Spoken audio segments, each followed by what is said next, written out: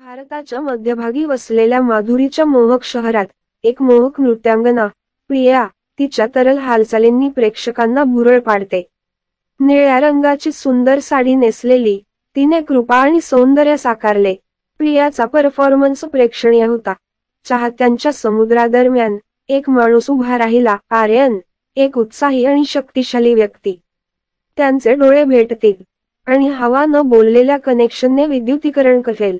तो प्रियाच्या कलात्मकतेकडे आणि दयाळूपणाकडे आकर्षित झाला। प्रियालाही आर्यनशी एक अगम्य बंध वाटला। एका भयंकर संध्याकाळी प्रिया स्टेजवर नाचत असताना कुख्यात राघवच्या नेतृत्वाखाली निर्दयी गुंडांच्या एका गटाने कार्यक्रमस्थळी हल्ला केला। त्यांचे दुष्ट हेतू स्पष्ट होते। आर्यन कृतीत उतरला। त्याचे लष्करी प्रशिक्षण आणि सामर्थ्य उघड झाले। नेमकेपणाने आणि रागाने त्याने हल्लेखोरांना खाली पाडले। त्याच्या मुठी न्यायाच्या झोकात उडत होत्या।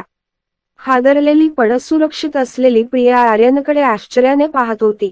आर्यनचा खडबडीत बाह्य मऊ झाला। मी नेहमीच तुझे रक्षण करीन प्रिया। धूळ शांत झाल्यावर प्रेक्षकांनी जल्लोष केला आणि प्रियाचे आर्यनवरचे प्रेम फुलले। त्यांचे संबंध अधिक दृढ झाले। अपमानित आणि संतप्त झालेल्या राघवने बदला घेण्याची शपथ घेतली, पण सदैव जागृत असलेल्या आर्यनने प्रियाच्या सुरक्षिततेची खात्री केली। एका रात्री ताऱ्यांखाली आर्यन प्रियाला त्याच स्टेजवर घेऊन गेला जिथे त्यांची पहिली भेट झाली होती। त्यांचे प्रेमस्थान एक आख्यायिका बनले।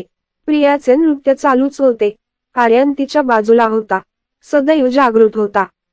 त्यांनी एकत्रितपणे सिद्ध केले की प्रेम आणि धैर्य अगदी गडद शक्तींवरही विजय मिळवू शकते। महिने उलटले आणि प्रियाची कीर्ती वाढत गेली।